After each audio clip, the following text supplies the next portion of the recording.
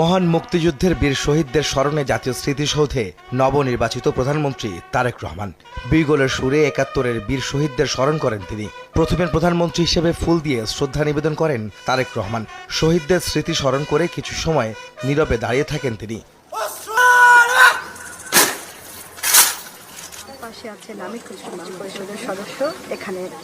এরপর নবনির্বাচিত মন্ত্রী ও প্রতিমন্ত্রীদের নিয়ে শ্রদ্ধা জানান প্রধানমন্ত্রী তারেক রহমান। শহীদদের ফুল দিয়ে শ্রদ্ধা নিবেদন করেন সবাই।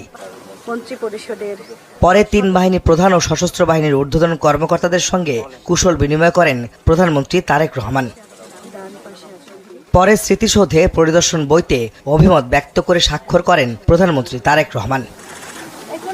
এরপরে রেওয়াজ অনুযায়ী জাতীয় স্মৃতিসৌধ প্রাঙ্গণে একটি গাছের চারা রোপণ করেন তিনি। শ্রদ্ধা নিবেদনের পর মন্ত্রিসভার সদস্যরা বলেন, জাতির গর্বিত সন্তানদের সম্মান না জানিয়ে এগিয়ে যাওয়া অসম্ভব।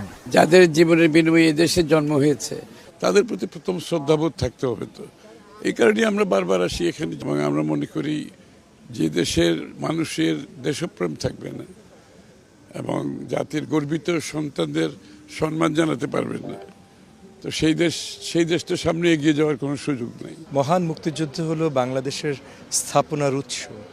মহান মুক্তিযুদ্ধকে সঠিক সম্মান না দিয়ে আমরা বাংলাদেশের জন্য কাজ করতে সক্ষম হব না। এরপর বেলা 12টায় সাভার থেকে রাজধানীর শেরেবাংলা নগরে আসেন প্রধানমন্ত্রী তারেক রহমান। বাবা শহীদ রাষ্ট্রপতি জিয়াউর রহমান ও মা সাবেক প্রধানমন্ত্রী বেগম খালেদা জিয়ার কবর জিয়ারত শ্রদ্ধা নিবেদন করেন ছেলে তারেক রহমান। সঙ্গে ছিলেন মন্ত্রী পরিষদের সদস্যরাও। নতুন মন্ত্রী প্রতিমন্ত্রীরা বলেন, রাষ্ট্র পরিচালনায় দুর্নীতি দমন করে আইনের শাসন প্রতিষ্ঠায় কাজ করবেন তারা। একটা দেশপ্রেমিক সরকার যেভাবে করা দরকার, সবকিছুর ঊর্ধ্বে একটা দুর্নীতিমুক্ত প্রশাসন। যেখানে যেখানে দুর্নীতি যেভাবে আছে সেটা পর্যায়ক্রমে চিহ্নিত করে সেই পথরুদ্ধ করা হবে।